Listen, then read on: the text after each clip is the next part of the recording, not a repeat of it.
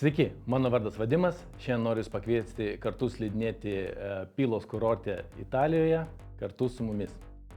Iš Vilniaus oro uosto į Turino oro uostą su Air Baltic avialinijomis. Visi mūsų klientai, kaip visuomet, turi visus reikalingus slidinėjimų bagažus. Tai yra sportinis, registruotas bei rankinis. Pervežimas iki Pilos taip pat neužtruks. Nuo oro uosto keliausime iki viešbučio apie 2 valandas. Viešbutis, kuriame gyvensime, yra pritaikytas slidininkams. Jis yra 1800 metrų aukštyje bei yra ski in ir ski out. Ką reiškia, kad iš viešbučio galima ir iščiuožti bei parčiuožti. Kadangi tai Italija, jūsų laukia gausūs pusryčiai bei gardžios vakarienės.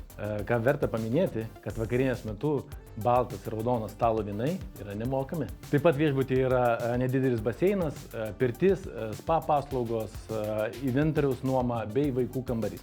Slidinėjimas Piloje yra fantastiškas. Su komanda patys nuvykome įsitikinti, kad šis kurortas yra įdomus slidinėjimo prasme.